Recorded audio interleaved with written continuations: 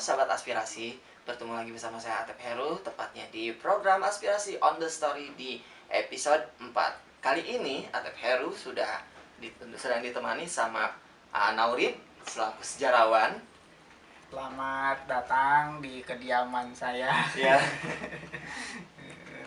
Selamat datang kemarin ke kantor, sekarang alhamdulillah bisa berkunjung ya ke kediaman saya di Gang Bani Ugi, Gang Bani Ugi di Koncara, Ya. Purwakarta. Selamat datang bagi media aspirasi ya. Oke. Untuk bisa mengulas kembali tentang sejarah Islam di Purwakarta, studi kasus ketokohan Syekh Bain Yusuf. Alhamdulillah bisa dapat berbagi kembali. Ya. Nah, ini kita kan hidup di era milenial ya, bukan milenium ya, sahabat aspirasi. Dan mungkin ada sebagian orang-orang Purwakarta yang tidak tahu atau tidak kenal who is of Syekh Bain Yusuf, atau siapa sih Syekh Bain Yusuf ini. Nah, kali ini Atep Heru akan membahas atau akan mengulas tentang siapakah itu Bain Yusuf. Jadi temanya adalah ini seperti ini loh, peran seperti apa sih Bain Yusuf dalam berdirinya Purwakarta? Iya. Saya setelah meneliti, Syekh Bain Yusuf itu punya peran yang besar, baik itu di berdirinya Kabupaten Purwakarta atau berdirinya nama Purwakarta, kemudian sejarah Islam di Purwakarta, kemudian tidak menutup kemungkinan dan sudah terbukti bahwa Syekh Yusuf juga memiliki pengaruh tentang pergerakan nasional. Sejarah pergerakan nasional di abad ke-19. Oke.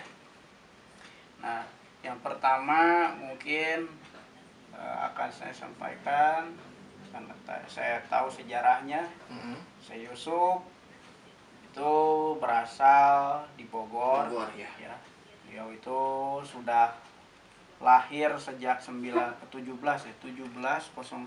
di Bogor. Kemudian beliau pergi mencari ilmu sampai ke negeri Mekah. Ke negeri Mekah selama 11 tahun lamanya. Dari usia 11 tahun beliau itu, dan usia 13 tahun sudah hafal Al-Quran. Beliau itu, sehingga beliau juga pernah menjadi guru di Mekah. Pernah menjadi guru di Mekah? Ya, betul. Nah, kalau untuk penokohan dari Syekh Yusuf, peran Syekh Yusuf dalam perkembangan sejarah Purwakarta itu tidak lepas dari kegiatan perpindahan ibu kota Karawang dari Wanayasa ke Sindangkasih yang terjadi pada tahun 1829 dan disahkan oleh pemerintah kolonial Hindia Belanda dalam Titi Mangsa Sindangkasih 20 Juli 1831 ya, di mana di dalamnya Syekh Yusuf berperan untuk memberikan pemahaman keislaman pada masyarakat Karawang pada waktu itu dengan menggunakan metode kitab karyanya berjudul Fikih Sunda Watasawuf Sunda, seperti itu. Oke, jadi sahabat aspirasi, bahwa Syekh Yusuf ini adalah salah satu pengarang fikih dan kitab tasawuf juga ya. Nah, ini pada saat beralihnya ke Sindangkasih itu, konon nih, Bapak punten ya gitu kan. Punten ya. Ini pada saat itu konon bahwa di Rancadalah itu sedang ada pergolakan ya. Ya, itu seperti apa sih gitu? Ya, karena pemerintah kolonial Hindia Belanda sedang melakukan kulturstelsel, sistem kulturstelsel atau tanam paksa, di Karawang itu terjadi pergolakan. Di mana pergolakan ini dilakukan oleh petani-petani teh asal Tiongkok menyerang Cina dari Makau. Cina dari Makau menyerang pemerintahan kolonial Hindia Belanda di Karawang. Nah, pada waktu terjadinya pemberontakan itu terjadi pada 9 Mei, awalnya 9 Mei 1830. Ya. Namun ketika pemberontakan itu terjadi di Purwakarta yang sudah menjadi ibu kota Karawang, Syekh Yusuf pun ikut andil dalam peperangan tersebut.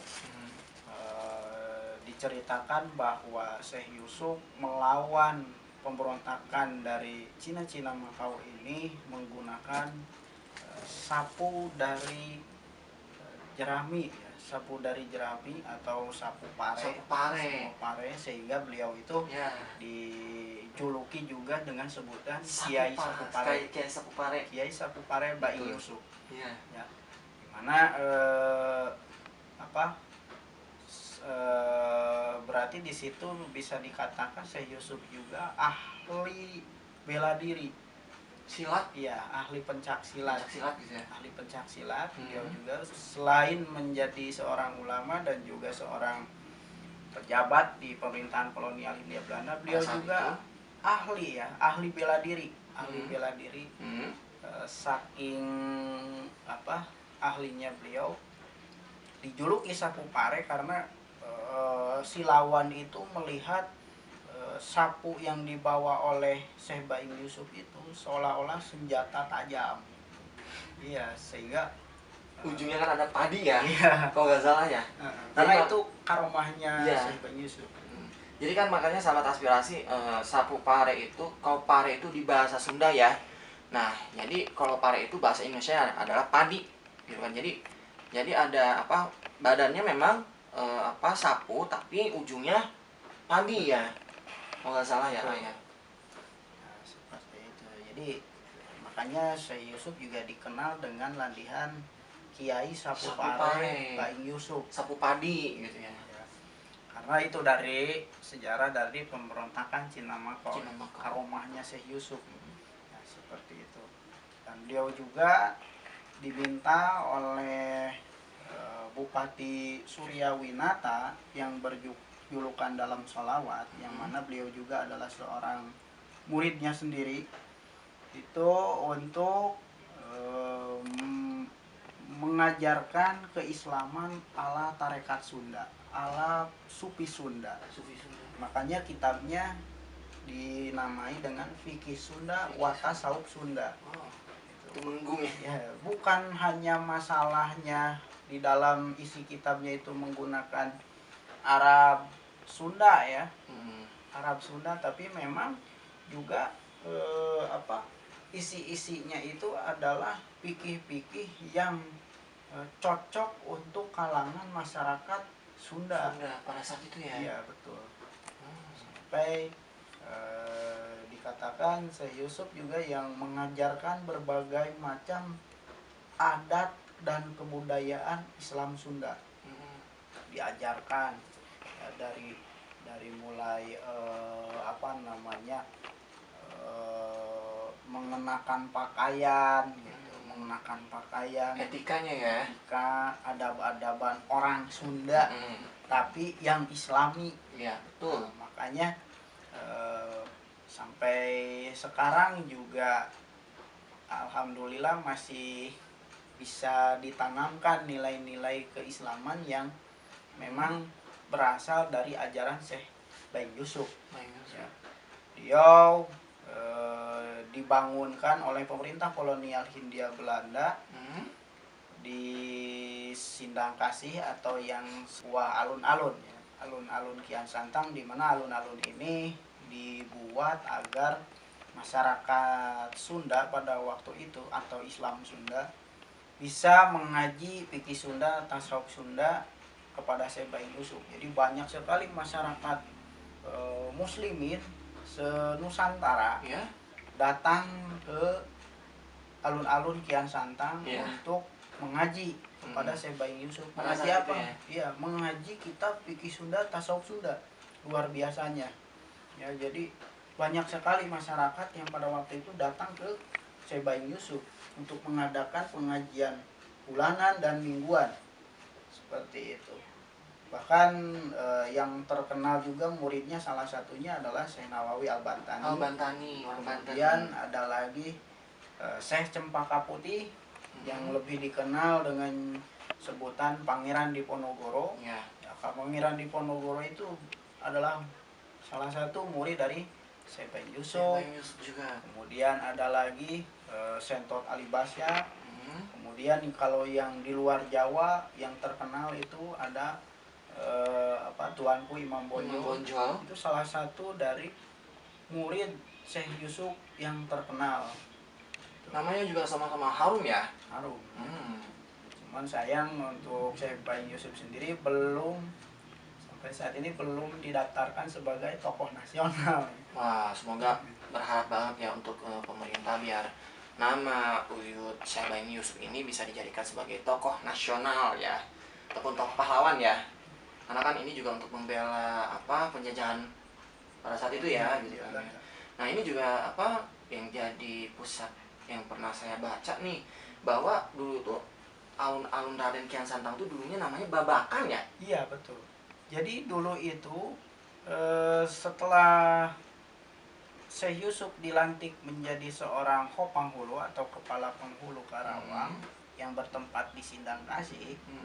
Nah, itu dulunya adalah namanya Babakan Anyar. Ya, Babakan Anyar. Kenapa disebut Babakan Anyar? Karena kampung baru. Kampung baru. Kampung baru untuk masyarakat Muslim yang mengaji pada Syekh Baing Yusuf. Jadi di sana itu area itu banyaknya orang Muslim sehingga dinamakan kaum muslimin, tempat kaum muslimin. Kaum Kidul, kaum Kaler ya. Kaum Kaler itu Iya. kaum muslimin ya.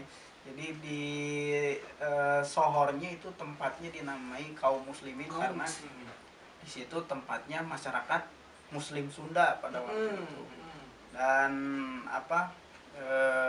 dibangunkan juga salah satu masjid ya, masjid kecil atau dulu namanya Langgar, bernama Langgar Al Ikhlas yang sekarang dikenal dengan sebutan Masjid Agung Kabupaten Purwakarta atau sekarang menjadi nama Masjid Agung Baing Yusuf ya. Itu sekarang namanya sudah dirubah-rubah dan arsitekturnya juga sudah berubah-ubah.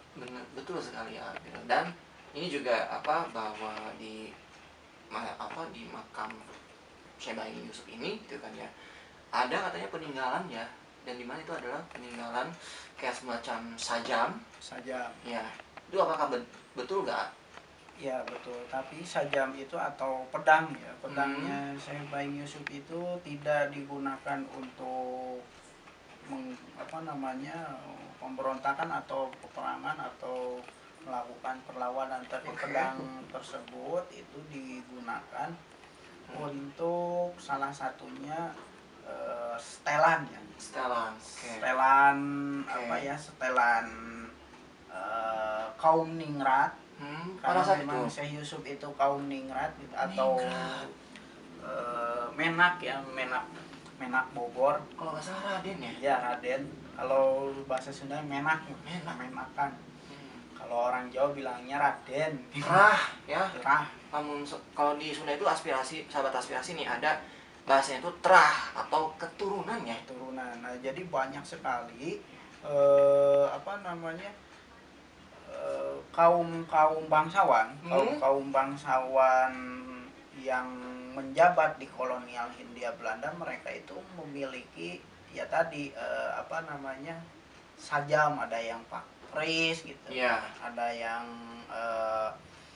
pedang, salah satunya Syekh Baing Yusuf. Jadi itu bukan pedang buat bertempur, tapi memang kalau sekarang ya tampilannya lah untuk ini gitu, karismatik ya, kayak untuk setelan bangsawan dulu seperti itu, harus ada pedang biar gagah kelihatannya.